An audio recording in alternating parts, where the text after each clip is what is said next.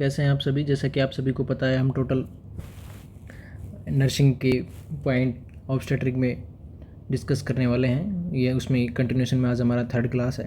तो इसमें आज हम डिस्कस करेंगे फीटस इनसाइड द यूट्रस। इसमें हम पढ़ेंगे फीटस का साइज़ क्या है, फीटल का पोस्चर क्या है, फीटल का लाई क्या होता है, फीटल प्रेजेंटेशन क्या होता है, फीटल एटीट्यूड क्या होता है, इसके बारे में। फिर उसके बाद में हम डिस्कस करेंगे ऑब्स्टेट्रिकल प्रोसीजर्स, बिशप स्कोर क्या होता है, एपिसियोटोमी क्या होता है, वैक्यूम डिलीवरी, फोर्सेप्स डिलीवरी और एलएससीएस। और उसके बाद में हम डिस्कस करने वाले हैं वेजाइनाइटिस के बारे में।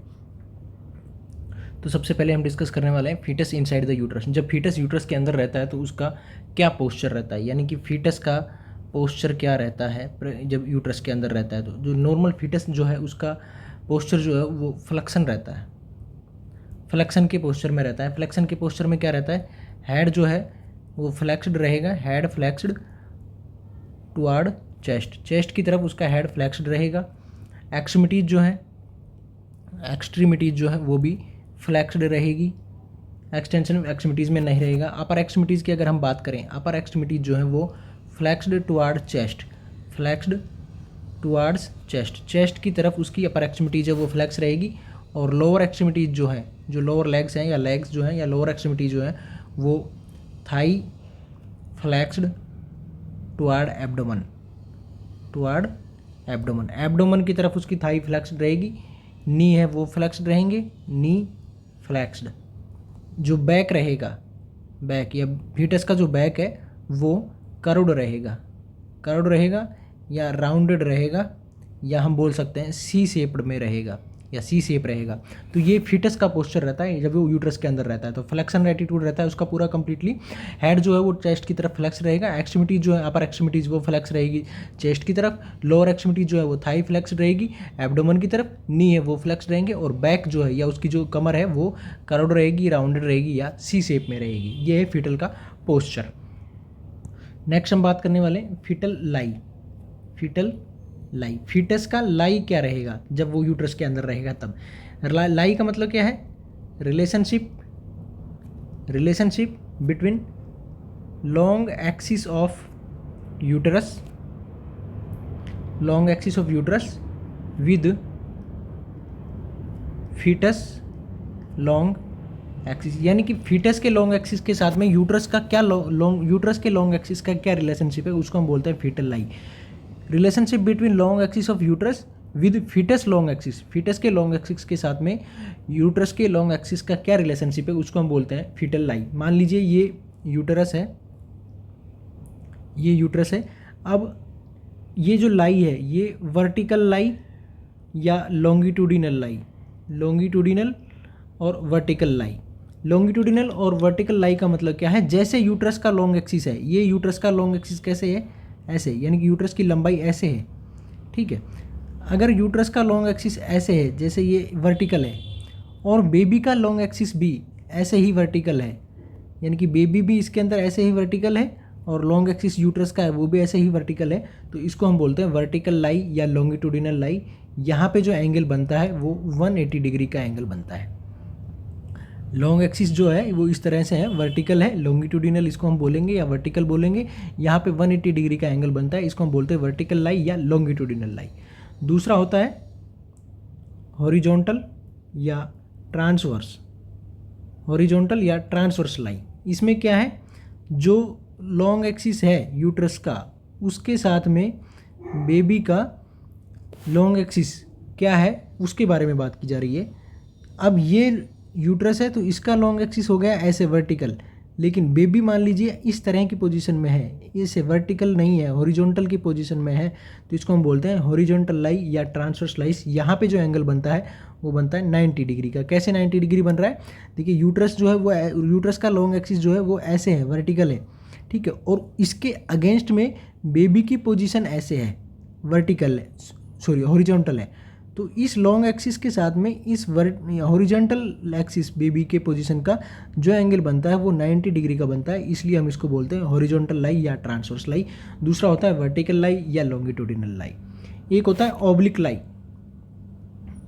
ऑब्लिक लाई, ऑब्लिक लाई में कैसे रहेगा, यूट्रस जैसे ये है, अब इसके अंदर यूट्रस के अंदर बेबी है जो उसका एक्सिस लॉन्ग एक्सिस ऐसे है, तो ये बनता है ऑब्लिक, और ऑब्लिक लाई में एंगल बनता है 45 डिग्री का।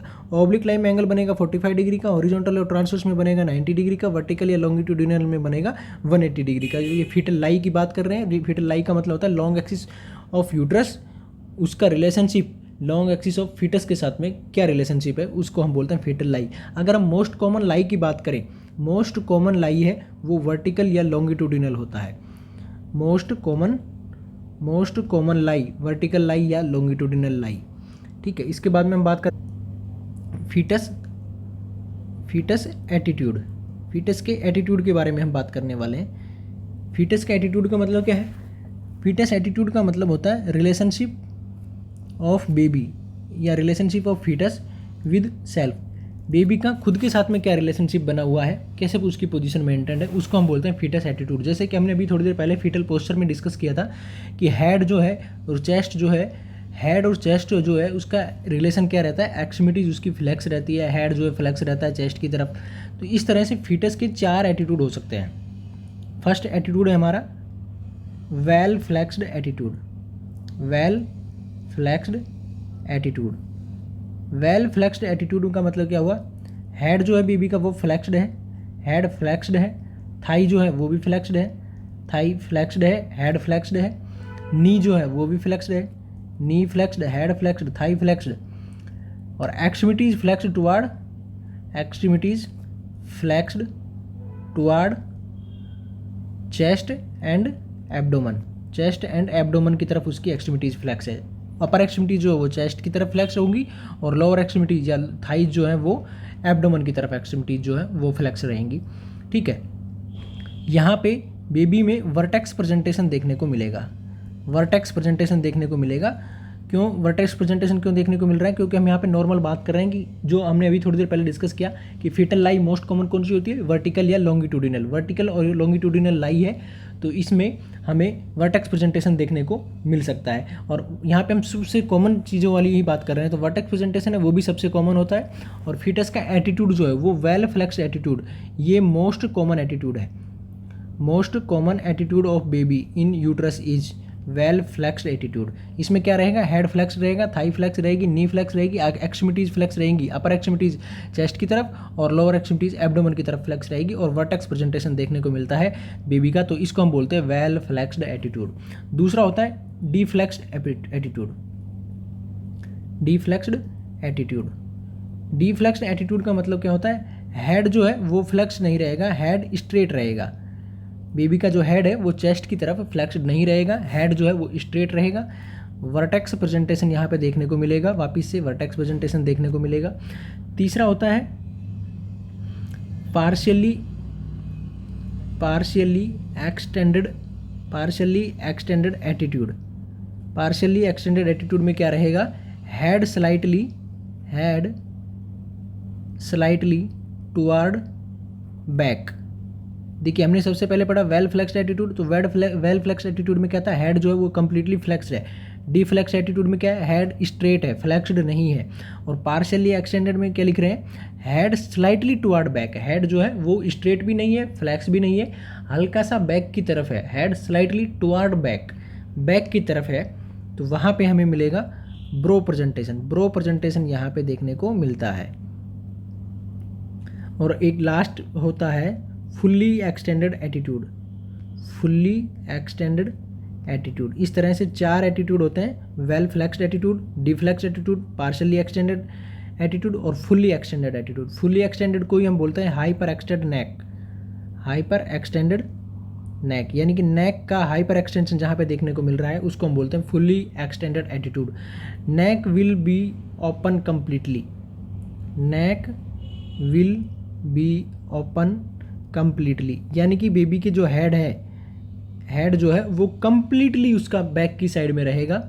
अब बैक की साइड में कंप्लीटली किस में रहेगा? देखिए वेल फ्लेक्स एटीट्यूड में हमने पढ़ा हेड कंप्लीट फ्लेक्शन में है। डिफ्लेक्स में क्या पढ़ा हमने कि हेड स्ट्रेट है। पार्शियली एक्सटेंडेड में क्या पढ़ा कि हेड जो है स्लाइटली बैक की तरफ है। और फुल्ली एक्सटेंडेड एटीट्यूड में जो हेड है वो कंप्लीटली उसकी बैक की तरफ है। कंप्लीटली हेड बैक की तरफ होने की वजह से जो नेक है वो कंप्लीटली ओपन हो जाएगा। इसको हम बोलते हैं फुल्ली एक्सटेंडेड एटीट्यूड या हाइपर एक्सटेंडेड नेक। यहाँ पे फेस प्रेजेंटेशन देखने को मिलता है। फेस प्रेजेंटेशन जो है वो फुल्ली एक्सटेंडेड एटीट्यूड में देखने को मिलता है। अब हम बात करने वाले हैं फीटस प्रेजेंटेशन के बारे में कि फीटस का प्रेजेंटेशन क्या होता है। जो हम अभी पढ़ रहे थे vertex presentation, brow presentation, face presentation देखने को मिलेगा फुल्ली एक्सटेंडेड में। तो ये प्रेजेंटेशन क्या होता है इसके बारे में बात करने वाले। प्रेजेंटेशन का मतलब है it is the part of fetus present in pelvis. Mother के पेल्विस में बेबी का कौन सा पार्ट प्रेजेंट है उसको हम बोलते हैं प्रेजेंटेशन। तो प्रेजेंटेशन जो है वो एक तो होता है सिफेलिक प्रेजेंटेशन। सिफेलिक प्रेजेंटेशन का मतलब है बेबी का हेड जो है वो मदर की पेल्विस में है, यानी कि हेड इन पेल्विस। दूसरा होता है ब्रीच प्रेजेंटेशन। ब्रीच प्रेजेंटेशन का मतलब क्या है, बेबी के जो बटक्स हैं वो मदर की पेल्विस में प्रेजेंट है, बटक्स इन पेल्विस। थर्ड होता है शोल्डर प्रेजेंटेशन। शोल्डर प्रेजेंटेशन का मतलब क्या है, बेबी के जो शोल्डर हैं वो मदर के पेल्विस में प्रेजेंट हैं, यानी कि जब अगर डिलीवरी होगी तो सबसे पहले शोल्डर की डिलीवरी होगी। ब्रीच प्रेजेंटेशन में अगर डिलीवरी होगी तो सबसे पहले बटक्स की डिलीवरी होगी। सिफेलिक प्रेजेंटेशन में अगर डिलीवरी होगी तो सबसे पहले बेबी के हेड की डिलीवरी होगी, ठीक है। और लास्ट होता है कंपाउंड प्रेजेंटेशन। कंपाउंड प्रेजेंटेशन का मतलब होता है more than one part in mother pelvis, यानी कि मदर के पेल्विस में बेबी के एक से ज़्यादा पार्ट प्रेजेंट है, जैसे कि शोल्डर भी प्रेजेंट है और उसके साथ साथ में हेड भी प्रेजेंट है। तो एक से ज़्यादा हो गए ना, शोल्डर और हेड दोनों साथ में प्रेजेंट है, तो इसको हम बोलते हैं कंपाउंड प्रेजेंटेशन। सिफेलिक प्रेजेंटेशन में हेड प्रेजेंट रहेगा, ब्रीच में बटक प्रेजेंट रहेंगे, शोल्डर में शोल्डर प्रेजेंट रहेगा पेल्विस में, कंपाउंड में more than one part present in the pelvis, इसको हम बोलते हैं कंपाउंड प्रेजेंटेशन। अगर यहाँ पे हम बात करें मोस्ट कॉमन प्रेजेंटेशन की, तो मोस्ट कॉमन प्रेजेंटेशन जो है वो सिफेलिक होता है। मोस्ट कॉमन प्रेजेंटेशन सिफेलिक में भी मोस्ट कॉमन प्रेजेंटेशन है सिफेलिक, ठीक है। और मोस्ट कॉमन लाई हमने पढ़ी longitudinal lie most common presentation is the cephalic. इसके बाद में हम पढ़ने वाले हैं प्रेजेंटिंग पार्ट।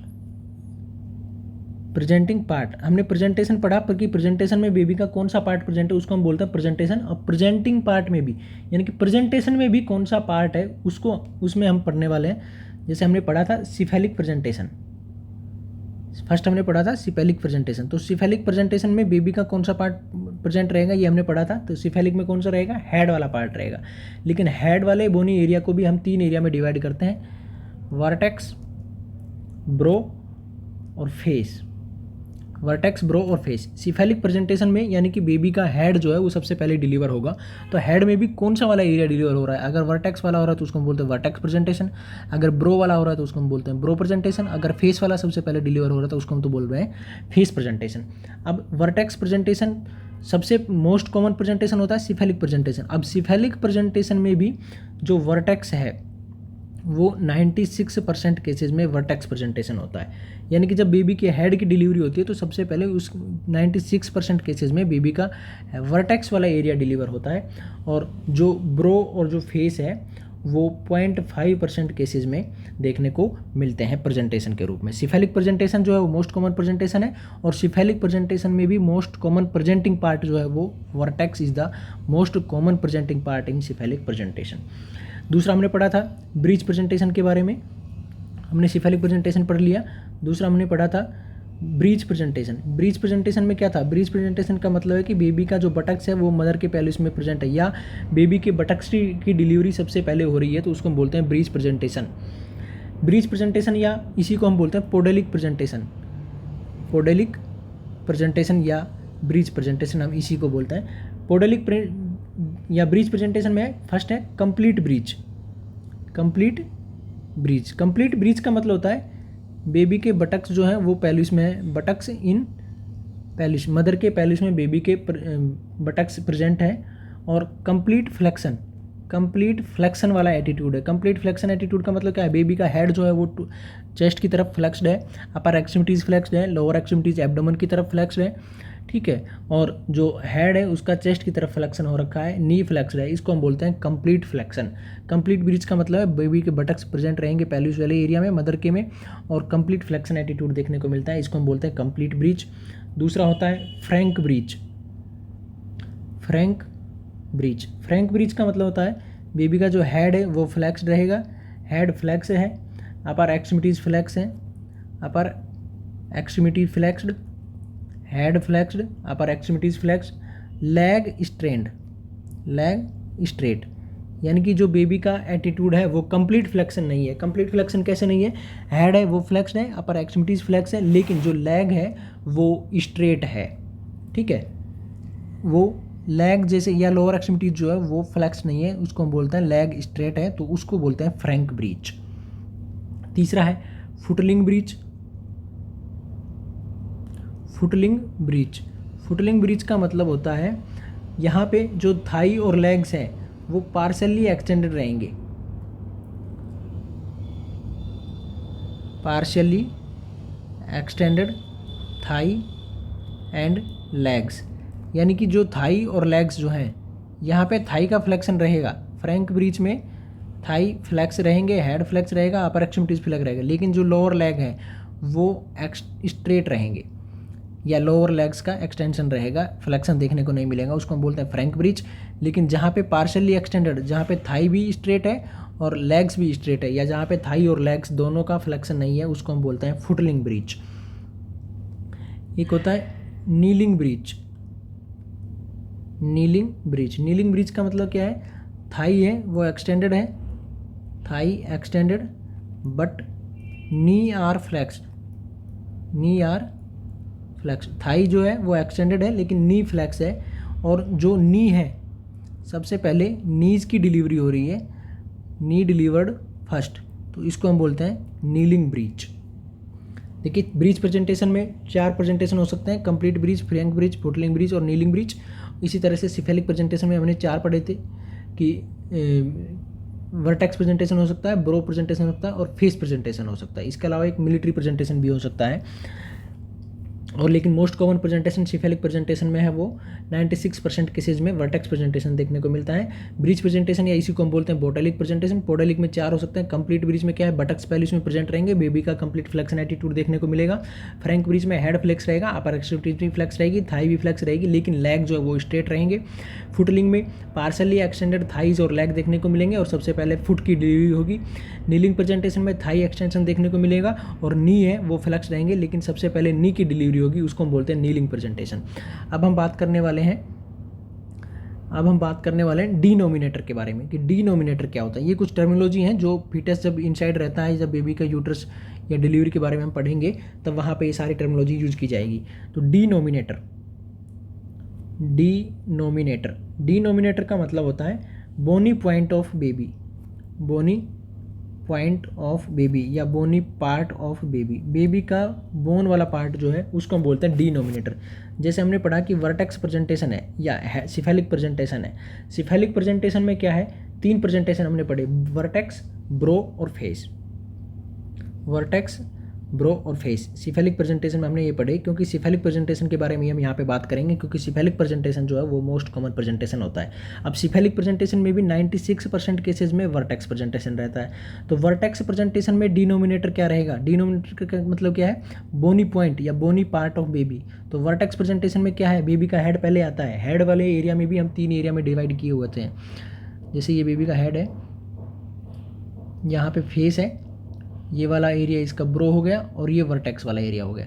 तो वर्टेक्स प्रेजेंटेशन है तो वहाँ पे डिनोमिनेटर क्या रहेगा? Occipital bone. यानी कि जब वर्टेक्स प्रेजेंटेशन होगा तो वहाँ पे ऑक्सीपिटल बोन सबसे पहले बोनी पार्ट दिखाई देगा। ब्रो प्रेजेंटेशन में क्या रहेगा? Frontal eminence. फ्रंटल एमिनेंस यानी कि फ्रंटल बोन का जो उभरा हुआ पार्ट है उसको हम बोल रहे हैं फ्रंटल एमिनेंस। तो ब्रो प्रेजेंटेशन में डिनोमिनेटर रहेगा फ्रंटल एमिनेंस, और वर्टेक्स प्रेजेंटेशन में डिनोमिनेटर रहेगा ऑक्सीपिटल बोन। फेस प्रेजेंटेशन में डिनोमिनेटर रहेगा मेंटम। मेंटम यानी कि नीचे वाला जो चिन वाला जो एरिया है उसको हम बोलते हैं मेंटम। तो फेस वाले प्रेजेंटेशन में मेंटम जो वो है वो बोनी पॉइंट है या बोनी पार्ट है वो प्रेजेंट रहेगा, उसको हम डिनोमिनेटर बोल रहे हैं। तो फेस प्रेजेंटेशन में डिनोमिनेटर रहेगा मेंटम। और अगर हम बात करें ब्रीच प्रेजेंटेशन की, ब्रीच प्रेजेंटेशन यानी कि जहाँ पे बटक्स सबसे पहले डिलीवर होते हैं वहाँ पे डिनोमिनेटर रहेगा सैक्रम, यानी कि बेबी का सैक्रम वाला एरिया जो वो बोनी पार्ट है। और अगर शोल्डर प्रेजेंटेशन की हम यहाँ पे बात करें तो शोल्डर प्रेजेंटेशन में डिनोमिनेटर जो है वो एक्रोमियन प्रोसेस जो है स्कैपुला का, एक्रोमियन प्रोसेस ये प्रेजेंटेशन रहेगा या ये डिनोमिनेटर रहेगा। शोल्डर प्रेजेंटेशन में डिनोमिनेटर रहेगा एक्रोमियन प्रोसेस, ब्रीच में रहेगा सैक्रम, फेस में मेंटम, ब्रो में फ्रंटल एमिनेंस और वर्टेक्स में ऑक्सीपिटल। ठीक है, अब हम बात करने वाले हैं फीटल पोजीशंस के बारे में, यानी कि फीटस का मदर के अंदर क्या क्या पोजीशन रह सकता है उसके बारे में। फीटल पोजीशन का मतलब होता है फीटल पोजीशन का मतलब है relationship between denominator and maternal pelvis. Mother के पेल्विस और बेबी के डिनोमिनेटर यानी कि बोनी पॉइंट्स, बेबी के बोनी पार्ट या बोनी पॉइंट और मदर के पेल्विस के बीच में क्या रिलेशनशिप है उसको हम बोलते हैं फीटल पोजीशन। यहाँ पे टोटल 8 फीटल पोजीशन होती है। मैं अभी एक डायग्राम ड्रॉ कर रहा हूँ। ये डायग्राम हमने मान लिया है कि मदर के पेल्विस का आउटलेट है, यानी कि मदर का पेल्विस का ब्रीम वाला ये एरिया है। इसको हमने टोटल 9 एरियाज़ में डिवाइड कर लिया है, ठीक है। यहाँ पे ये मान लीजिए एंटीरियर वाली साइड है और ये पोस्टीरियर वाली साइड है, ये लेफ़्ट साइड है और ये राइट साइड है। ये मदर के पेल्विस का ब्रीम है, जहाँ पे फीटस का हेड है या फीटस का जो प्रेजेंटिंग पार्ट है वो आकर के डिलीवर हो रहा है या फिक्स हुआ है और आगे डिलीवरी कंप्लीट होगी। तो वहाँ पे या बात करें तो ये ईच एंगल यहाँ पे है वो 45 डिग्री का है। ईच पार्ट जो है वो 1/8 है, ठीक है। यानी कि एक क्वाड्रेंट है वो जैसे 1 2 3 4 5 6 7 और 8, टोटल 8 यहाँ पे क्वाड्रेंट बन गए हैं आपके। तो एक क्वाड्रेंट हुआ 1/8 का। ये पूरा जो इसका एंगल है वो 360 डिग्री है, ठीक है। और इसको हम अगर 8 से डिवाइड कर लें, 360 डिग्री को हम 8 से डिवाइड करेंगे तो ये एक क्वाड्रेंट जो है वो 45 डिग्री का होगा। तो ये एक क्वाड्रेंट जो है वो 45 डिग्री का है या 1/8 सर्किल है, ठीक है। ये हमने बात की है। एंटीरियर साइड ये है, पोस्टीरियर ये है, लेफ्ट साइड ये है, राइट साइड ये है। तो ये वाला पोजीशन है ये एंटीरियर है और ये लेफ्ट है। तो और यहाँ पे हम सबसे कॉमन प्रेजेंटेशन की हमने बात की थी, most common presentation is the cephalic presentation. और सिफेलिक में भी मोस्ट कॉमन प्रेजेंटेशन कौन सा है? Vertex presentation. तो वर्टेक्स प्रेजेंटेशन में डिनोमिनेटर क्या होता है? वर्टेक्स प्रेजेंटेशन में डिनोमिनेटर होता है ऑक्सीपिटल बोन। तो हमने फीटल पोजीशन में पढ़ा relationship between denominator and maternal pelvis. Baby का डिनोमिनेटर वर्टेक्स प्रेजेंटेशन में कौन सा हुआ? ऑक्सीपिटल। तो बेबी का ऑक्सीपिटल और मदर के पेल्विस के बीच में क्या रिलेशन है उसको हम बोल रहे हैं फीटल पोजीशन। तो ये एंटीरियर साइड है, ये लेफ्ट साइड है, तो इसको हम बोल रहे हैं लेफ्ट ऑक्सीपिटो एंटीरियर पोजीशन। ये हो गया लेफ्ट ऑक्सीपिटो ट्रांसवर्स पोजीशन। ये हो गया लेफ्ट ऑक्सीपिटो पोस्टीरियर पोजीशन। ये हो गया राइट ऑक्सीपिटो पोस्टीरियर पोजीशन। ये हो गया राइट ऑक्सीपिटो ट्रांसवर्स पोजीशन। ये हो गया राइट ऑक्सीपिटो एंटीरियर पोजीशन। इस तरह से टोटल 8 पोजीशन हो गई। और ये हो गया ऑक्सीपिटो पोस्टीरियर पोजीशन, ये हो गया ऑक्सीपिटो एंटीरियर पोजीशन, ठीक है। एंटीरियर साइड है तो ऑक्सीपिटो एंटीरियर और लेफ्ट साइड में है तो लेफ्ट ऑक्सीपिटो एंटीरियर। ये ट्रांसवर्स है ऐसे तो ट्रांसवर्स है तो लेफ्ट ऑक्सीपिटो ट्रांसवर्स। ये पोस्टीरियर साइड में है तो लेफ्ट ऑक्सीपिटो पोस्टीरियर। ये occipito posterior, right occipito posterior, right occipito transverse और राइट ऑक्सीपिटो एंटीरियर। इस तरह से टोटल 8 पोजीशन है। एक क्वाड्रेंट का एंगल 45 डिग्री है, एक पार्ट या एक क्वाड्रेंट वो 1/8 हो गया। इस तरह से टोटल 8 पोजीशन होती है। यानी कि फीटस का जो हेड है या फीटस का डिनोमिनेटर पार्ट है या फीटस का प्रेजेंटिंग पार्ट जो है या फीटस का जो प्रेजेंटेशन है, प्रेजेंटेशन मोस्ट कॉमन हो गया वर्टेक्स प्रेजेंटेशन या सिफेलिक प्रेजेंटेशन। वर्टेक्स में प्रेजेंटेशन में डिनोमिनेटर होगा ऑक्सीपिटल। यानी कि बेबी का ऑक्सीपिटल जो है वो मोस्ट कॉमनली इन पोजीशन पे आकर के मदर के पेल्विस पे डिपेंड करेगा या इन पे आकर के रुकता है, पेल्विक इनलेट पे या पेल्विक ब्रीम पे। मदर के पेल्विस की बात कर रहे हैं हम। तो मदर के पेल्विस में अगर बेबी का हेड मान लीजिए इस वाली पोजीशन पे आता है या इस पॉइंट पे आता है तो इसको हम बोलेंगे left occipito anterior position baby का है। मान लीजिए ये पोजीशन है या बेबी है जो वो यहाँ पे उसका ऑक्सीपिटल आता है मदर के पेल्विस में पोस्टीरियर वाली साइड में, तो इसको हम बोलेंगे कि बेबी का जो पोजीशन है वो ऑक्सीपिटो पोस्टीरियर पोजीशन है।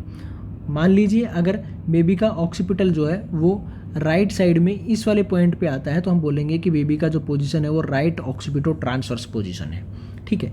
ये सारी चीज़ें हमने अभी बात की। तो इसके कंटिन्यूएशन में अगर हम बात करें तो मान लीजिए अगर बेबी का हेड जो है वो LOT या ROT हेड है या LOT या ROT, यानी कि बेबी का पोजीशन जो है या बेबी का हेड जो है या बेबी का ऑक्सीपिटल जो है वो मदर के पेल्विस के ROT यानी कि राइट ऑक्सीपिटो ट्रांसवर्स या लेफ्ट ऑक्सीपिटो ट्रांसवर्स पोजीशन में है। तो चाहे कोई सा भी पोजीशन बेबी के ऑक्सीपिटल का हो, डिलीवरी की प्रोसेस को कंप्लीट होने के लिए या बेबी के जो या लेबर का जो सेकंड स्टेज है उसको कंप्लीट होने के लिए मदर बेबी के ऑक्सीपिटल वाले एरिया को या बेबी के प्रेजेंटिंग पार्ट के डिनोमिनेटर वाले एरिया को डिलीवर होने के लिए ऑक्सीपिटो एंटीरियर पोजीशन में आना पड़ेगा। इसी वजह से या इसी प्रोसेस से डिलीवरी कंप्लीट हो पाएगी। यानी कि बेबी की चाहे भी कोई सी भी पोजीशन हो, राइट ऑक्सीपिटो पोस्टीरियर हो, चाहे लेफ्ट ऑक्सीपिटो पोस्टीरियर हो, चाहे एलओटी हो, चाहे आरओटी हो या आरओए हो या एलओए हो, कोई सी भी पोजीशन हो, लेकिन डिलीवरी की प्रोसेस कंप्लीट होने के लिए डिनोमिनेटर वाले एरिया को ऑक्सीपिटो एंटीरियर वाली पोजीशन में आना पड़ेगा। ठीक है, अब मान लीजिए बेबी का पोजीशन जो है या बेबी का डिनोमिनेटर वाला एरिया है वो एलओटी या आरओटी वाली पोजीशन में है, यानी कि लेफ्ट ऑक्सीपिटो ट्रांसवर्स है या राइट ऑक्सीपिटो ट्रांसवर्स है। अब उसको आना कहाँ पे पड़ेगा? ऑक्सीपिटो एंटीरियर वाली पोजीशन में। तो ऑक्सीपिटो एंटीरियर वाली पोजीशन में आने के लिए कितना डिग्री उसको राउंड या कितना डिग्री रोटेशन करना पड़ेगा? ये एक हमारा 45 डिग्री का है, तो यहाँ से यहाँ आने के लिए उसको कितने कंप्लीट करने पड़ेंगे? एक तो ये और एक ये, दो करने पड़ेंगे, यानी कि दो का हो गया 45 degree plus 45 degree, 90 degree rotation उसको करना पड़ेगा। अगर बेबी का पोजीशन आरओए है या एलओ है तो हेड रोटेशन उसको कितना पड़ेगा? राइट ऑक्सीपिटो एंटीरियर, यानी कि यहाँ पे है या यहाँ पे है, तो इसको रोटेशन करने के लिए कितना आना पड़ेगा? ऑक्सीपिटो एंटीरियर में आना है तो यहाँ पे एक ही करना पड़ेगा, तो एक का एंगल कितना हुआ? 45 डिग्री, तो उसको 45 डिग्री रोटेशन करना पड़ेगा। अगर बेबी का पोजीशन आरओपी या एलओपी है, आरओपी या एलओपी है, यानी कि आरओपी से यहाँ पे एलओपी यहाँ पे आना है, आरओपी से और फर्स्ट नंबर पे आना है इधर ऑक्सीपिटो एंटीरियर में आना है, तो 1 2 और 3 टोटल 3 करने पड़ेंगे। ठीक है, तो टोटल 3 करने पड़ेंगे तो 135 डिग्री का हेड रोटेशन होगा। और मान लीजिए अगर ऑक्सीपिटो पोस्टीरियर पोजीशन बोनी पार्ट की है या ऑक्सीपिटल जो है वो ऑक्सीपिटो पोस्टीरियर में है और उसको डिलीवरी कंप्लीट करने के लिए ऑक्सीपिटो एंटीरियर पोजीशन में आना पड़ेगा, तो ऑक्सीपिटो पोस्टीरियर से जब ऑक्सीपिटो एंटीरियर में आएगा, ऑक्सीपिटो पोस्टीरियर से जब ऑक्सीपिटो एंटीरियर में आएगा तो उसको टोटल 1 2 3 और 4 क्वाड्रेंट को क्रॉस करना पड़ेगा। यानी कि एक क्वाड्रेंट हो गया 45 डिग्री का, तो 4 क्वाड्रेंट हो गए 180 डिग्री के। यानी कि ऑक्सीपिटो पोस्टीरियर पोजीशन में है तो उसको ऑक्सीपिटो एंटीरियर पोजीशन में आने के लिए 180 डिग्री का हेड रोटेशन करना पड़ेगा। ये सारे पोजीशंस हैं, यानी कि इतना इतना रोटेशन इन सभी डिग्री में देखने को मिलेगा, ये पोजीशन रही तो। लेकिन अगर हम बात करें कि नॉर्मली कौन सा पोजीशन जो मोस्ट कॉमन रहता है, तो एलओए जो है ये left occipito anterior, left occipito anterior जो है ये मोस्ट कॉमन पोजीशन रहती है। यानी कि बेबी का अगर सिफेलिक प्रेजेंटेशन है और सिफेलिक प्रेजेंटेशन में भी वर्टेक्स प्रेजेंटिंग पार्ट है, वर्टेक्स प्रेजेंटिंग पार्ट में ऑक्सीपिटल वाला एरिया जो है वो डिनोमिनेटर है, तो नॉर्मल प्रोसीजर में या नॉर्मल हर कॉमनली डिलीवरी में या मोस्ट कॉमन डिलीवरी में ऑक्सीपिटिकल का पोजीशन जो है वो लेफ्ट ऑक्सीपिटो एंटीरियर रहता है और उसको डिलीवरी होने के लिए फिर ओनली 45 डिग्री का रोटेशन करना होता है। मोस्ट कॉमनली हमने ये भी बात की है यहाँ पे। ठीक है, ये हमने पढ़ा फीटल पोजीशन के बारे में। तो इसके रिगार्डिंग जो मोस्ट कॉमन क्वेश्चन बन रहे हैं उनका हम एक बार वापस से रिव्यू अगर करें तो देखिए, सबसे पहले बात की थी हमने most common lie. Most common lie कौन सा होता है? Longitudinal. Most common lie is the longitudinal is the most common लाई।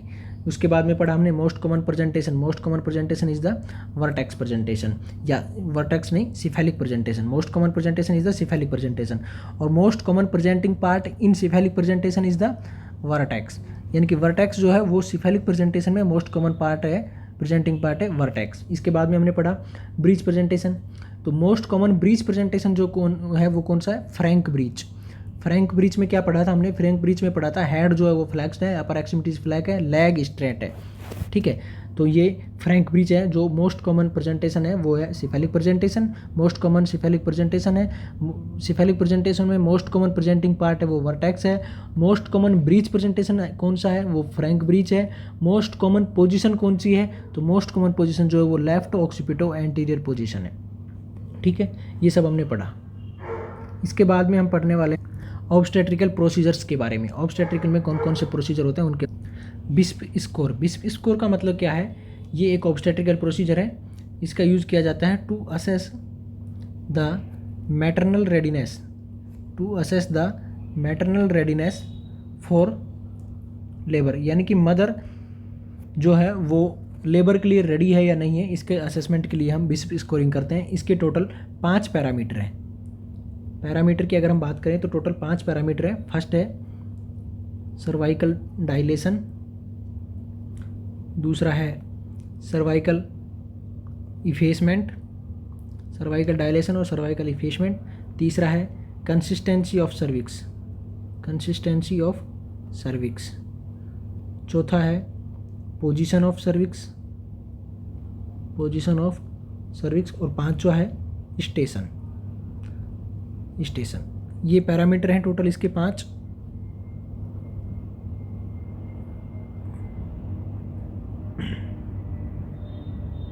ठीक है, स्कोरिंग हम करते हैं 0, 1, 2 और 3, ये इस तरह से स्कोरिंग किया जाता है। सर्वाइकल डायलेशन, सर्वाइकल डायलेशन का मतलब क्या है कि मदर का जो सर्विक्स है उसका कितना डायलेशन है। 0 सेंटीमीटर डायलेशन है तो उसको हम 0 नंबर देंगे, 1 से 2 सेंटीमीटर डायलेशन है तो 1 नंबर, 3 से 4 सेंटीमीटर डायलेशन है तो 2 नंबर, 5 और उससे ज़्यादा है तो 3 नंबर।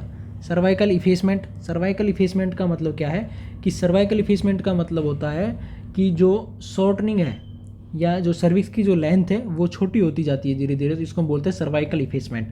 अगर ये 0 से 30% है तो 0, 40 से 50% है तो इसको 1 नंबर देंगे, एक में काउंट करेंगे, 60 से 70 है तो 2 नंबर देंगे, टोटल जब रेडी काउंट करेंगे तो 80% है या इससे ज़्यादा है तो 3 नंबर काउंट करेंगे। तीसरा था कंसिस्टेंसी ऑफ सर्विक्स, सर्विक्स का कंसिस्टेंसी कैसा है, हार्ड है, मीडियम है या सॉफ्ट है, इसमें कुछ भी नहीं आएगा 3 नंबर में। तो लास्ट था position of cervix, position of cervix में पोजीशन क्या है सर्विक्स का, पोस्टीरियर है, मिड पोस्टीरियर है या एंटीरियर है। स्टेशन -3, -2, -1 और 0, ये +1, 2, 3 और 4 और 5। देखिए इसमें टोटल 5 पैरामीटर है, cervical dilation, cervical effacement, consistency of cervix, position of cervix और स्टेशन। फर्स्ट, सेकंड, थर्ड और fourth cervical dilation, cervical effacement, consistency of cervix और पोजीशन ऑफ सर्विक्स, ये 4 पैरामीटर जो हैं, 4 पैरामीटर हैं, ये हैं सर्विक्स से रिलेटेड। और 5वां नंबर का पैरामीटर यानी कि एक पैरामीटर जो स्टेशन है ये है, ये स्टेशन यानी कि एक पैरामीटर जो है वो फिटस से रिलेटेड है और 4 पैरामीटर जो है वो सर्विक्स से रिलेटेड है। स्टेशन का मतलब हुआ बेबी का जो प्रेजेंटिंग पार्ट है या बेबी का जो बोनी पार्ट है या जो डिनोमिनेटर है उसका मदर के पेल्विस में जो स्केल स्पाइन है उसके साथ में कौन सा रिलेशन है। अगर उससे ऊपर है तो उसको हम बोल रहे हैं स्टेशन नेगेटिव और नीचे है तो स्टेशन पॉजिटिव। ठीक है, ये बिस्प स्कोरिंग है, 0 नंबर है वो मिनिमम मार्किंग रहता है। इसमें हमने पढ़ा ये कि 4 पैरामीटर जो है वो सर्विक्स से रिलेटेड है और एक पैरामीटर जो है वो फिटस से रिलेटेड है। मिनिमम मार्किंग कितना है, 0 है।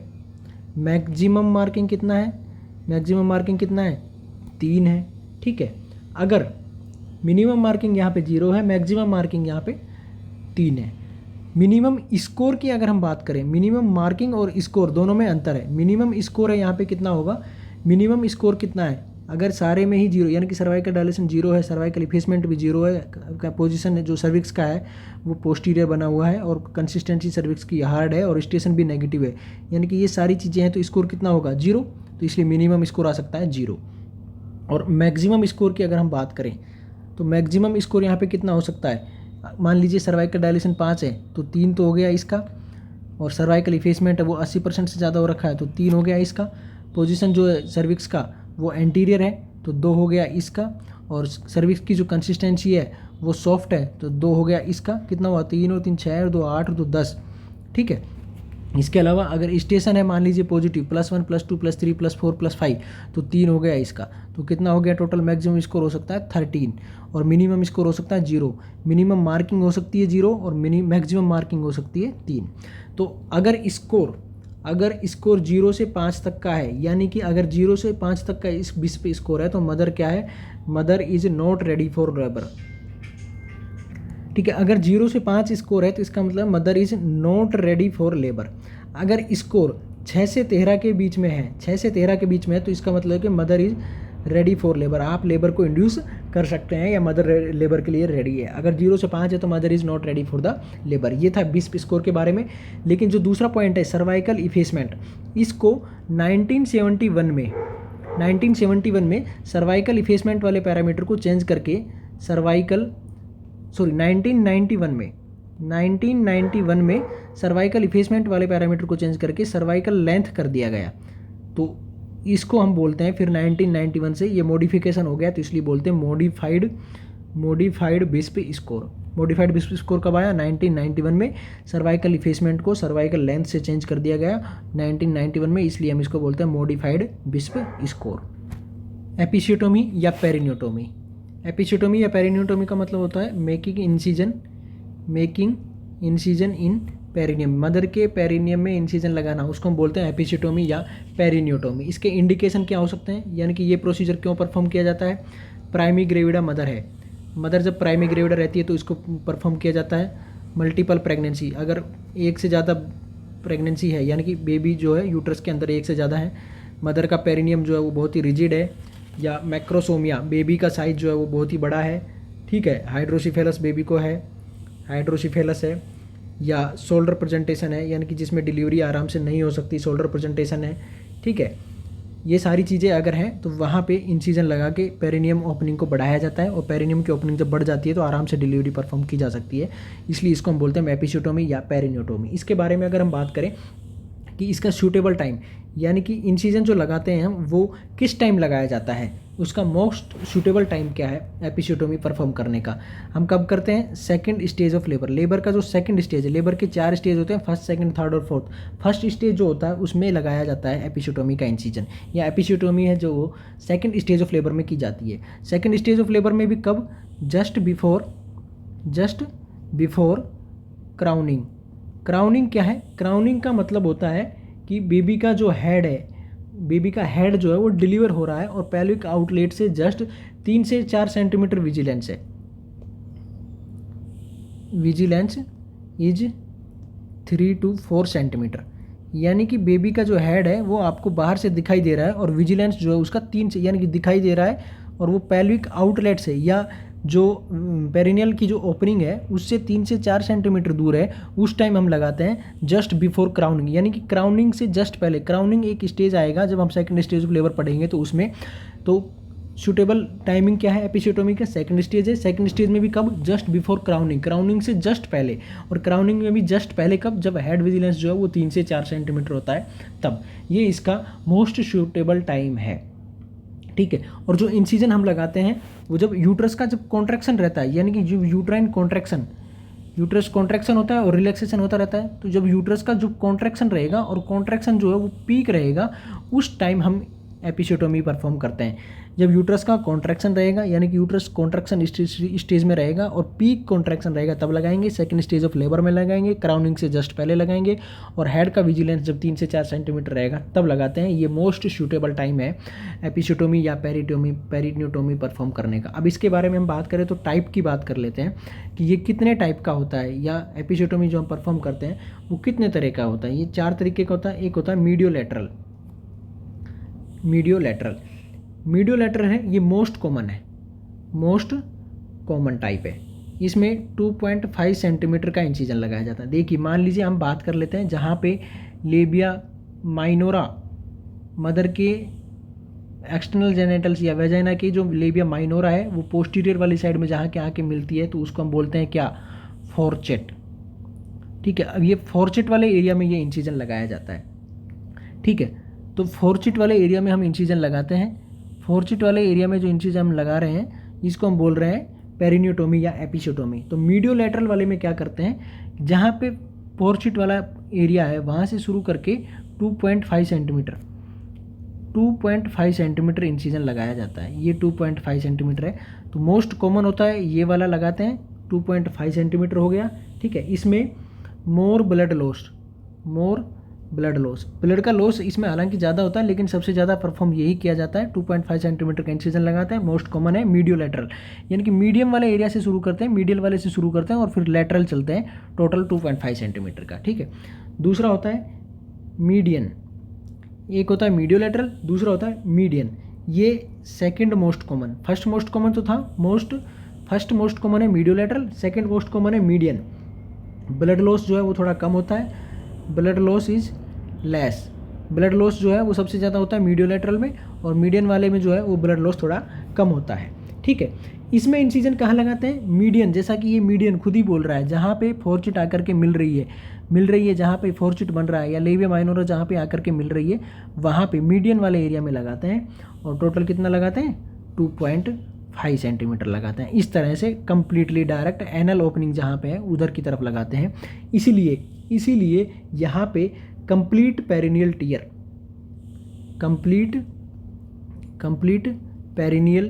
टियर होने के चांसेस रहते हैं, या रेक्टो वेजाइनल फिस्टुला। देखिए वेजाइनल ओपनिंग आपने लगाई है, वेजाइनल ओपनिंग या फॉरचिट से लगाया है, 2.5 सेंटीमीटर लगाया है, किधर जहाँ पे एनल ओपनिंग है उस तरफ लगाया है 2.5 सेंटीमीटर। इसलिए ये डिलीवरी के टाइम पे ये इंसिजन जो है 2.5 सेंटीमीटर से बढ़ करके ये अपने आप ही टियर हो सकता है, और वेजाइना और एनल ओपनिंग या रेक्टम के बीच में एक ओपनिंग या एक फिस्टुला बन सकता है, उसको हम बोलते हैं रेक्टो वेजाइनल फिस्टुला। इसलिए यहाँ पे कंप्लीट पेरिनियल टियर हो सकता है और रेक्टो वेजाइनल फिस्टुला बन सकता है। Most common type, second most common है, ब्लड लॉस है वो थोड़ा कम रहता है। इसमें टोटल 2.5 सेंटीमीटर का इंसिजन इसमें भी लगाया जाता है। तीसरा हमने पढ़ा है लेटरल। एक हो गया मीडियो लेटरल, दूसरा है मीडियन, तीसरा है लेटरल। लेटरल में क्या है, इंसिजन जो हम लगाते हैं, incision is started from 1 centimetre away of fourchette, यानी कि फोरचिट वाला जो एरिया है उससे 1 सेंटीमीटर दूर से इंसिजन हम स्टार्ट करते हैं एंड डन लेटरली, और लेटरल वाली साइड में लगाते हैं। ठीक है, टोटल 2.5 सेंटीमीटर का लगाया जाता है। जैसे मान लीजिए ये लेबिया माइनोरा आकर के मिल रही है और ये फोरचिट वाला एरिया है। ठीक है, अब यहाँ पे हम क्या करेंगे, फोरचिट वाले एरिया से 1 सेंटीमीटर दूर लगाएंगे। Incision is started from 1 centimetre away of fourchette and done laterally. 1 centimetre दूर हो गया, मान लीजिए ये फोरचिट वाले इस पॉइंट से 1 सेंटीमीटर ये हो गया, तो यहाँ पे इंसिजन लगाएंगे और लेटरली लगाएंगे। इसको हम बोलते हैं लेटरल इंसिजन या लेटरल एपिसियोटोमी। एक हुआ मीडियो लेटरल। मीडियो लेटरल में मीडियन से शुरू करेंगे, लेटरल की तरफ चलेंगे। मीडियन में क्या है, मीडियन से शुरू करेंगे और डायरेक्ट मीडियल वाली साइड में ही रहेंगे। तीसरा है लेटरल, तो मीडियन वाले पॉइंट से 1 सेंटीमीटर दूर लगाएंगे, यानी कि ये वाला जो एरिया है, अगर इसको मैं कलर चेंज में कर दूँ, कलर इसका अगर मैं चेंज कर दूँ, ये वाला जो एरिया है ये हमने 1 सेंटीमीटर छोड़ दिया और फिर वापस से यहाँ से स्टार्ट किया है। ये टोटल 1 सेंटीमीटर, ये 2.5 सेंटीमीटर का इंसिजन हमने लगाया टोटल, ये 2.5 सेंटीमीटर हो गया, और जो हमने ये पिंक वाला एरिया जो छोड़ा ये 1 सेंटीमीटर का छोड़ा है, तो ये टोटल जो 1 सेंटीमीटर है, तो फोरचिट वाले एरिया से 1 सेंटीमीटर दूर हमने इंसिजन स्टार्ट किया और 2.5 सेंटीमीटर का लगाया, तो ये हो गया लेटरल इंसिजन। यहाँ पे सबसे ज़्यादा इस वाले एरिया में अगर हम इंसिजन लगाते हैं तो इंजरी टू बार्थोलिन ग्लैंड, जो बार्थोलिन ग्लैंड है वो लेटरल साइड में प्रेजेंट होती है, इसलिए बार्थोलिन ग्लैंड्स को इंजरी होने के या डैमेज होने के जो चांसेस हैं वो सबसे ज़्यादा इसमें रहते हैं। टोटल 4 तरह के इंसिजन होते हैं। फर्स्ट हो गया मीडियो लेटरल, दूसरा मीडियन, तीसरा लेटरल, और चौथा पॉइंट है या 4th नंबर का जो इंसिजन है वो होता है जे शेप एपिसियोटोमी। जे शेप एपिसियोटोमी। जे शेप एपिसियोटोमी क्या है, जे शेप एपिसियोटोमी में जे शेप का इंसिजन लगाया जाता है। जे शेप का इंसिजन लगाया जाता है। स्टार्ट फ्रॉम फोरचिट वाले एरिया से शुरू करते हैं, ठीक है, एंड देन स्ट्रेट लगाते हैं एंड देन लेटरल। फोरचिट वाले एरिया से शुरू करेंगे, स्ट्रेट लगाएंगे और फिर लेटरल लगाएंगे। देखिए ये आपका फोरचिट वाला एरिया हो गया, बीच में माइनोरा जहाँ पे आकर के पोस्टीरियर साइड में मिल रही है वो हो गया फोरचिट वाला एरिया। ठीक है, तो स्टार्ट फ्रॉम फोरचिट से स्टार्ट करेंगे, देन स्ट्रेट चलेंगे एंड देन लेटरल। ये हो गया जे शेप। ये इंसिजन अगर मैं इसको कलर में चेंज कर दूँ, ये इंसिजन यहाँ से यहाँ तक का जो टोटल है ये लगाया हमने 1.5 सेंटीमीटर का। अगर मैं यहाँ से यहाँ तक चेंज कर दूँ, ये वाला से लेकर के यहाँ तक का, ये टोटल हो गया 1 सेंटीमीटर का। तो 1.5 और 1 टोटल कितना हुआ, 2.5 सेंटीमीटर का इंसिजन हमने इसमें लगाया। ठीक है, यहाँ पे क्या है कि ये जे शेप का बन गया, ऐसे ये जे शेप बन गया, इसीलिए इसको हम बोलते हैं जे शेप एपिसियोटोमी। तो मोस्ट कॉमन एपिसियोटोमी कौन सी है, मीडियो लेटरल, सबसे ज़्यादा ब्लड लॉस इसी में होता है। दूसरा सेकंड मोस्ट कॉमन है मीडियन, इसमें ब्लड लॉस कम होता है, लेकिन रेक्टो वेजाइनल फिस्टुला या कंप्लीट पेरिनियल टियर होने के चांसेज हैं वो सबसे ज़्यादा रहते हैं। ठीक है, जब हम ये एपिसियोटोमी परफॉर्म करते हैं तो उससे पहले हम इन्फिल्ट्रेशन एनेस्थीसिया लगाते हैं। इन्फिल्ट्रेशन एनेस्थीसिया लगाया जाता है। इन्फिल्ट्रेशन एनेस्थीसिया में जैसे 1% लिग्नोकेन जो आता है वो हम लगाते हैं। ठीक है, वो फैन वाइज मैनर में, यानी कि ऐसे एक साइड में इंसर्ट कराया फिर लगाया, फिर वापस से निकाला नीडल को, इंसर्ट कराया लगाया, इंसर्ट कराया लगाया, इंसर्ट कराया लगाया, इंसर्ट कराया लगाया, इंसर्ट कराया और लगाया, इस तरह से टोटल फैन वाइज, यानी कि इस तरह से लगाया लगाया लगाया लगाया, इस तरह से टोटल फैन शेप बन जाता है। तो एक फैन वाइज मैनर में हम इसको लगाते हैं और इसके बाद में जब डिलीवरी कंप्लीट हो जाती है उसके बाद में हम इसको सूचरिंग कर देते हैं। सूचरिंग जो है वो वाइक्रिल से करते हैं। वाइक्रिल जो एक एब्जॉर्बेबल सूचर है, ठीक है। अगर नॉन एब्जॉर्बेबल से करते हैं तो फिर उनको हमें रिमूव करना पड़ेगा, वो भी 6 to 10 डेज के बाद में, ठीक है। ये हमने पढ़ा एपिसियोटोमी या पेरिनियोटोमी के बारे में।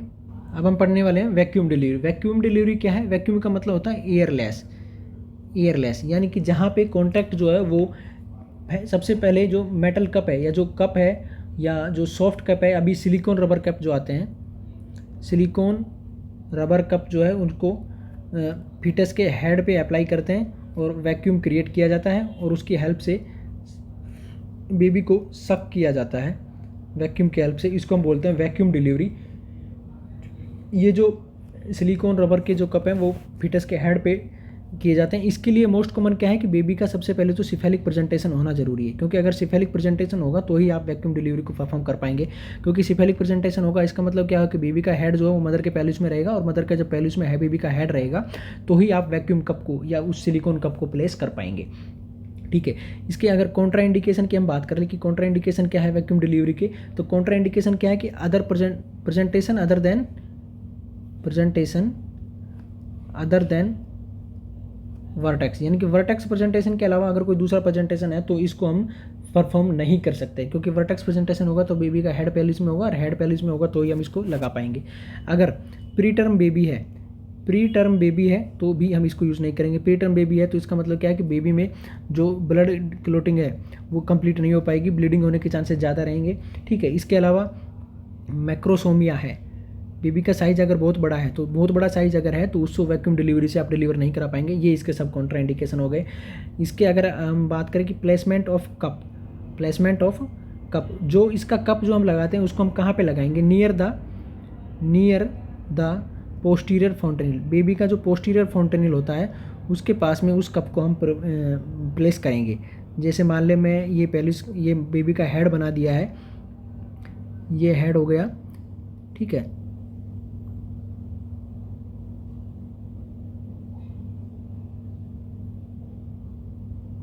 ये हो गया एंटीरियर फॉन्टेनिल, ये हो गया पोस्टीरियर फॉन्टेनिल, ठीक है। तो पोस्टीरियर फॉन्टेनिल वाला जो ये एरिया है, पोस्टीरियर फॉन्टेनिल वाला जो एरिया है, इस यहाँ पे हम पोस्टीरियर फॉन्टेनिल वाले एरिया के पास में कफ का प्लेसमेंट करते हैं, ठीक है। इसके अलावा हम बात करें यहाँ पे कि इसका जो प्रेशर है वो कितना रखेंगे, वैक्यूम का जो प्रेशर है वो कितना प्रेशर रखेंगे। इनिशियल प्रेशर जो है वैक्यूम का इनिशियल प्रेशर जो है 0.2 kg पर सेंटीमीटर स्क्वायर होता है, ठीक है। लेकिन इस प्रेशर को हम बढ़ाते रहेंगे 0.1 kg पर सेंटीमीटर स्क्वायर की स्पीड से बढ़ाते रहेंगे और मैक्सिमम हम इसको कर सकते हैं कितना, 0.8 kg पर सेंटीमीटर स्क्वायर। इनिशियल प्रेशर रखेंगे 0.2, मैक्सिमम कर सकते हैं 0.8 kg पर सेंटीमीटर स्क्वायर, बढ़ाते रहेंगे किसी स्पीड से 0.1 kg पर सेंटीमीटर स्क्वायर से, और ये टोटल 10 मिनट्स,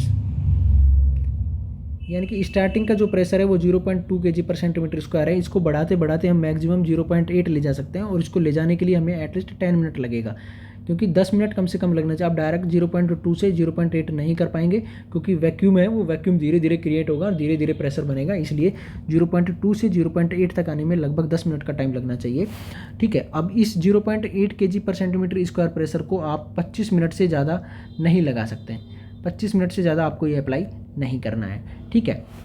इसके बाद में क्या किया आपने, उसको कप को लगा दिया है, पोस्टीरियर फॉन्टेनिल के पास में लगा दिया है, प्रेशर आपने अप्लाई कर दिया, 0.2 से 0.8 kg पर सेंटीमीटर स्क्वायर पे आप पहुंच गए हैं।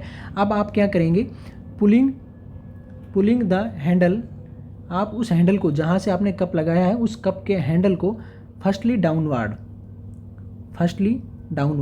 उस हैंडल को आप सब लगाने के बाद में प्रेशर कंप्लीट हो जाने के बाद 0.8 kg पर सेंटीमीटर स्क्वायर हो जाने के बाद में आप उस हैंडल को डाउनवर्ड पुल करेंगे एंड देन अपवर्ड। सबसे पहले उस हैंडल को डाउनवर्ड शिफ्ट करेंगे और फिर अपवर्ड करेंगे, इससे हेड की डिलीवरी हो पाएगी, ठीक है। इससे हेड की डिलीवरी हो पाएगी। तो इसको हम बोलते हैं वैक्यूम डिलीवरी। वैक्यूम डिलीवरी जो है, इसके लिए जो हम कप का प्लेसमेंट करते हैं वो ऑक्सीपुट फ्लेक्शन पॉइंट, जो हमने occiput flexion point, occiput flexion point या नियर द पोस्टीरियर फोंटेनिल, हमने पढ़ा था अभी कि जो कफ है उसको हम पोस्टीरियर फोंटेनिल के एरिया में लगाते हैं या पोस्टीरियर फोंटेनिल के पास में लगाते हैं। और एग्जैक्ट पोजीशन पूछे तो ऑक्सीपुट फ्लेक्शन पॉइंट जो है या पोस्टीरियर फोंटेनिल एरिया के पास में जो एरिया है उसको बोल रहे हैं ऑक्सीपुट फ्लेक्शन पॉइंट, उस वाले एरिया में लगाते हैं। इससे क्या है, ये वैक्यूम जो है हमने क्रिएट किया है या जो कप हमने जो लगाया है, इसकी वजह से आर्टिफिशियल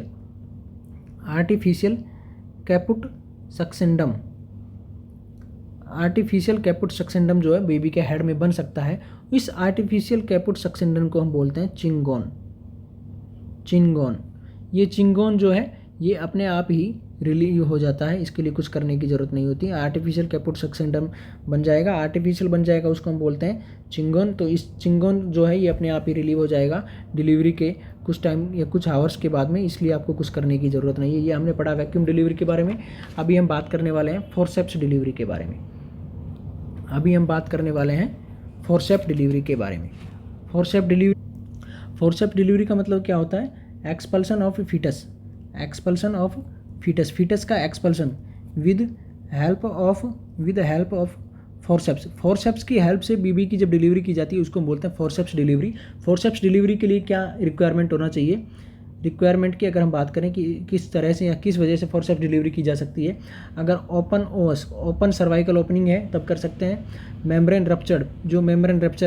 मेम्ब्रेन जो है वो रप्चर हो चुकी है तब कर सकते हैं। कंसेंट आपका पेशेंट का आपने ले लिया है। इंगेजमेंट वाली प्रोसीजर यानी कि बेबी जो है वो इंगेज हो चुका है। और एडिक्वेट पेल्विमेट्री यानी कि मदर की जो पेल्विस का साइज़ है वो एडिक्वेट है। और स्टेशन पॉजिटिव, बेबी का जो स्केल स्पाइन हेड जो है वो प्रेजेंटेशन या बोनी पार्ट जो है वो स्केल स्पाइन से प्लस में आ चुका है या स्टेशन पॉजिटिव है, तब हम फोर्सेप्स डिलीवरी परफॉर्म कर सकते हैं। टाइप्स ऑफ फोर्सेप्स की अगर हम बात करें, टाइप्स ऑफ फोर्सेप्स जो है वो 3 तरह की होती है। लॉन्ग कर्व्ड फोर्सेप, दूसरा होता है शॉर्ट कर्व्ड, एक होती है लॉन्ग कर्व्ड, एक होता है शॉर्ट कर्व्ड, और तीसरा होता है किलेंड्स फोर्सेप। शॉर्ट कर्व्ड को ही हम बोलते हैं Wrigley's forceps. Long curved forceps, short curved forceps और किलेंड्स फोर्सेप, ये 3 तरह की फोर्सेप्स होती है। लेकिन इंडिया में अगर हम बात करें तो इंडिया में हम कॉमनली यूज करते हैं दास फोर्सेप्स जो है ये लॉन्ग कर्व्ड फोर्सेप है, उसी का टाइप है। दास फोर्सेप जो है ये एक लॉन्ग कर्व्ड फोर्सेप एक 3 तरह की फोर्सेप होती है, लॉन्ग कर्व्ड, शॉर्ट कर्व और किलेंड। और जो इंडिया में हम यूज़ करते हैं उसको हम बोलते हैं दास फोर्सेप। तो दास फोर्सेप जो है वो लॉन्ग कर्व्ड फोर्सेप्स का ही एक टाइप है। दास फोर्सेप जो है वो लॉन्ग कर्व्ड फोर्सेप्स का ही एक टाइप है। तो दास फोर्सेप जो है ये इंडियंस वुमेन के लिए सूटेबल है। इसकी डिस्कवरी जो है वो सर केदारनाथ दास ने की थी, इसलिए इसके बारे में इसको बोलते हैं हम दास फोर्सेप। इस फोर्सेप्स की अगर हम बात कर लें, जो दास फोर्सेप है इसकी जो लेंथ है वो लेंथ होती है 37 सेंटीमीटर। लेंथ जो है वो 37 सेंटीमीटर होती है। ठीक है, ये जो फोर्सेप है, देखिए फोर्सेप का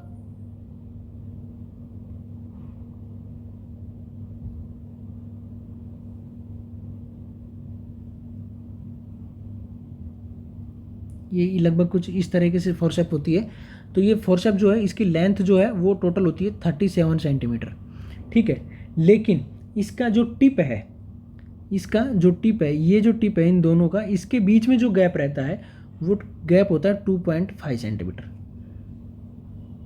बिटवीन टिप, यानी कि गैप बिटवीन टिप, इन दोनों टिप के बीच में जो डिस्टेंस होता है वो होता है 2.5 सेंटीमीटर।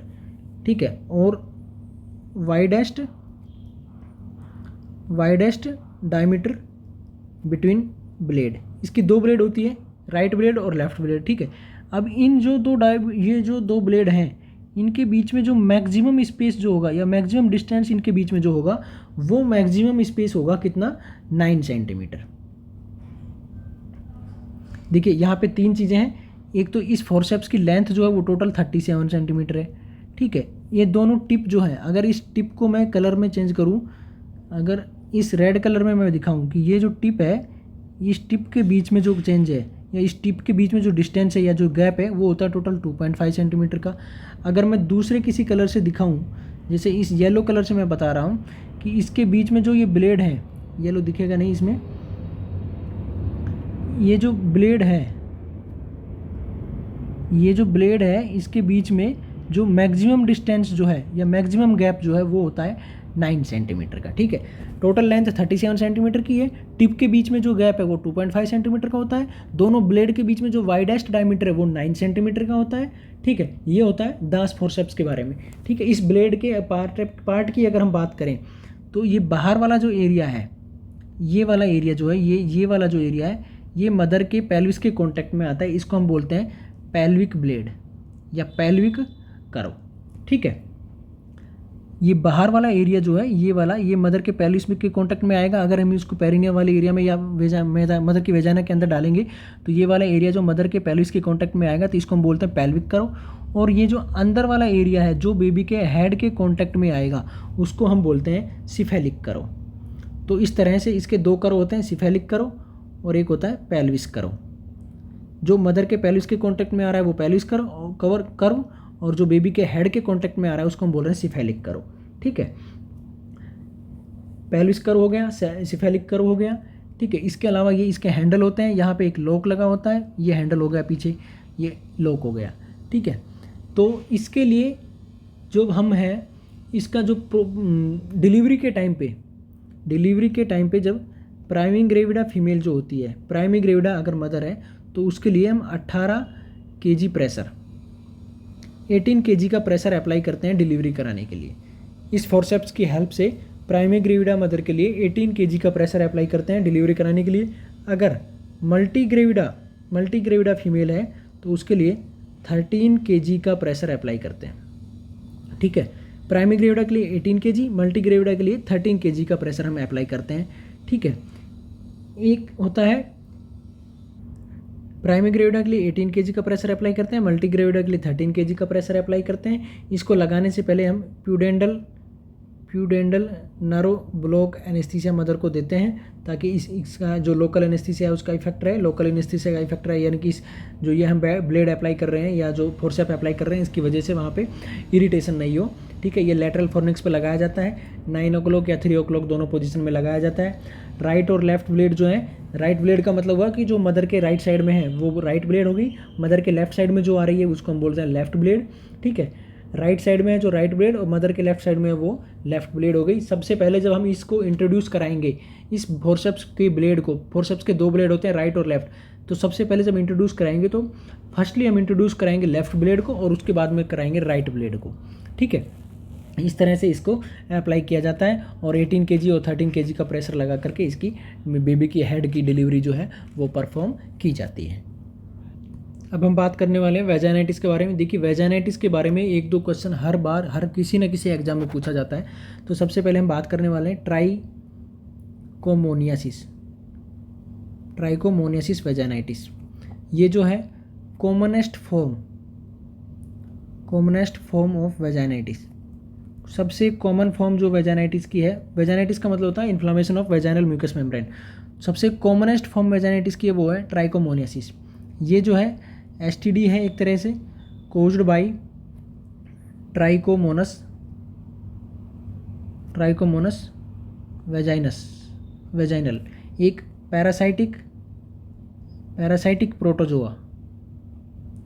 पैरासाइटिक प्रोटोजोआ का है नाम है ट्राइकोमोनिस वेजाइनस, ठीक है। ये वेजाइनाइटिस करता है ट्राइकोमोनियासिस, ये कॉमनेस्ट फॉर्म ऑफ वेजाइनाइटिस है। इंक्यूबेशन पीरियड है वो जो 3 से 28 दिन का होता है, ठीक है। इसका जो है sudden profuse offensive vaginal discharge, जो वेजाइना का डिस्चार्ज जो आएगा ट्राइकोमोनियासिस में, sudden profuse offensive vaginal discharge आपको देखने को मिलेगा। इसके अलावा स्ट्रॉबेरी अपीयरेंस ऑफ वेजाइना का स्ट्रॉबेरी अपीयरेंस देखने को मिल रहा है, तो इसका मतलब अब आप बोल सकते हैं कि ट्राइकोमोनियासिस वेजाइनिस के कारण हो रहा है। ठीक है, ये जो है कॉमन इन रिप्रोडक्टिव एज और most common in non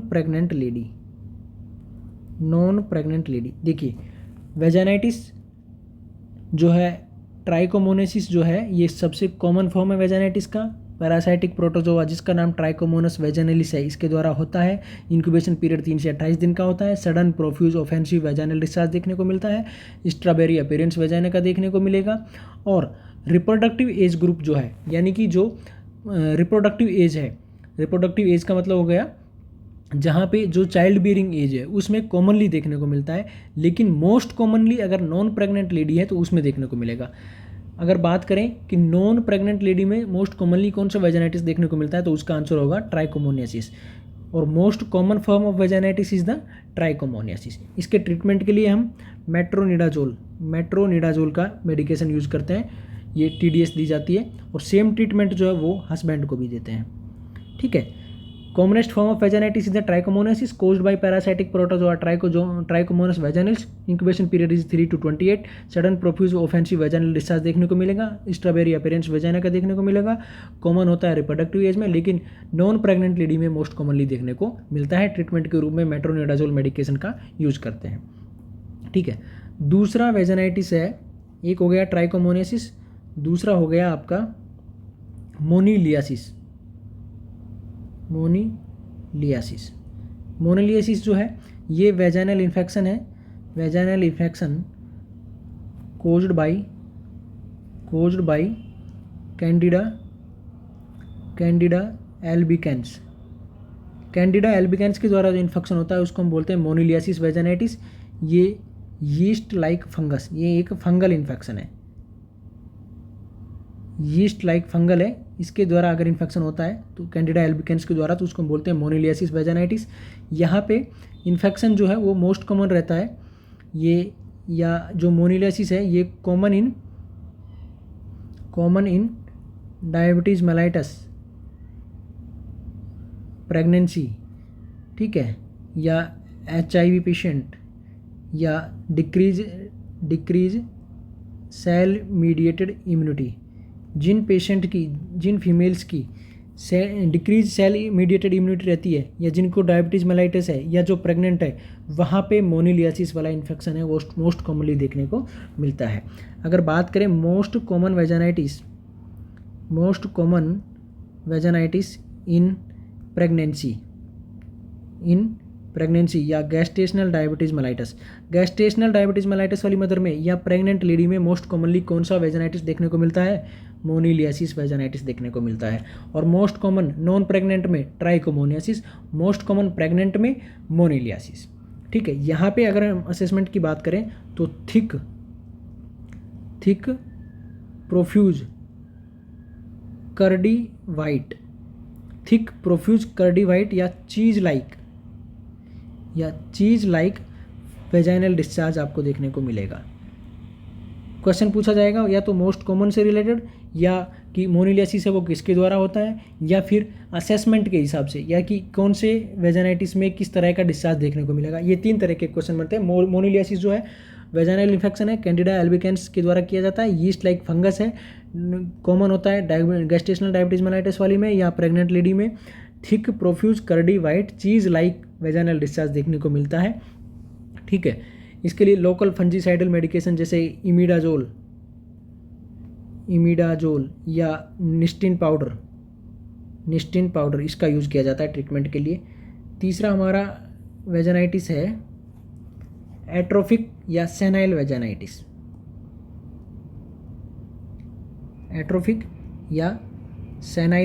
senile vaginitis का मतलब है जो एज रिलेटेड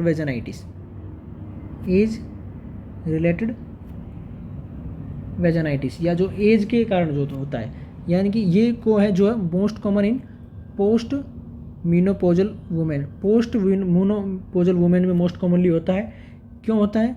डिक्रीज एस्ट्रोजन हो जाता है पोस्ट मीनोपोज में, एस्ट्रोजन का लेवल डिक्रीज हो जाता है, तो जो वेजाइनल डिफेंस जो है वो भी डिक्रीज हो जाता है। वेजाइनल डिफेंस डिक्रीज हो जाता है तो नॉर्मल फ्लोरा जो है वेजाइना के वो इन्फेक्शन क्रिएट करते हैं या वेजाइनाइटिस क्रिएट कर देते हैं। इसको बोलते हैं एट्रोफिक वेजाइनाइटिस या सेनाइल वेजाइनाइटिस। यहाँ पे पेशेंट को हम एस्ट्रोजन थेरेपी देते हैं, ट्रीटमेंट में एस्ट्रोजन थेरेपी देते हैं। Atrophic senile vaginitis is related vaginitis है, पोस्ट मीनोपोजल वुमेन में कॉमनली देखने को मिलता है। क्यों देखने को मिलता है? एस्ट्रोजन कम हो जाता है। एस्ट्रोजन कम हो जाता है तो वेजाइनल का जो डिफेंस है वो कम हो जाएगा। वेजाइनल का डिफेंस जब कम हो जाएगा तो नॉर्मल फ्लोरा जो वेजाइना के हैं वो इन्फेक्शन क्रिएट करेंगे, उसको हम बोलते हैं एट्रोफिक सेनाइल वेजाइनाइटिस या एज रिलेटेड वेजाइनाइटिस। इसका जो ट्रीटमेंट है वो पेशेंट को एस्ट्रोजन थेरेपी दी जाती है डेली, उसके द्वारा इसका ट्रीटमेंट किया जाता है। इसके अलावा चौथा वेजाइनाइटिस जो है वो है क्लेमाइडियल वेजाइनाइटिस। क्लेमाइडियल वेजाइनाइटिस जो है वो क्लेमाइडियल ट्रैकोमैटिस बैक्टीरिया के द्वारा किया जाता है। देखिए, क्लेमाइडियल वेजाइनाइटिस बैक्टीरिया के द्वारा किया जाता है। बैक्टीरिया के द्वारा अगर हो रहा है तो इसका मतलब है उसका पुरुलेंट येलो डिस्चार्ज देखने को मिलेगा। पुरुलेंट येलो डिस्चार्ज देखने को मिल रहेगा, ठीक है। इसके अलावा पेशेंट को हम इसके ट्रीटमेंट के रूप में टेट्रासाइक्लिन एंटीबायोटिक मेडिकेशन देंगे। बैक्टीरिया का है तो एंटीबायोटिक मेडिकेशन देंगे, टेट्रासाइक्लिन मेडिकेशन देंगे, ठीक है। यहाँ पे येलो पुरुलेंट डिस्चार्ज आपको देखने को मिलेगा। क्लेमाइडियल वेजाइनाइटिस है, क्लेमाइडियल वेजाइनाइटिस जो है क्लेमाइडियल ट्रैकोमैटिस बैक्टीरिया के द्वारा किया जाता है। एक पांचवा होता है non specific vaginitis during reproductive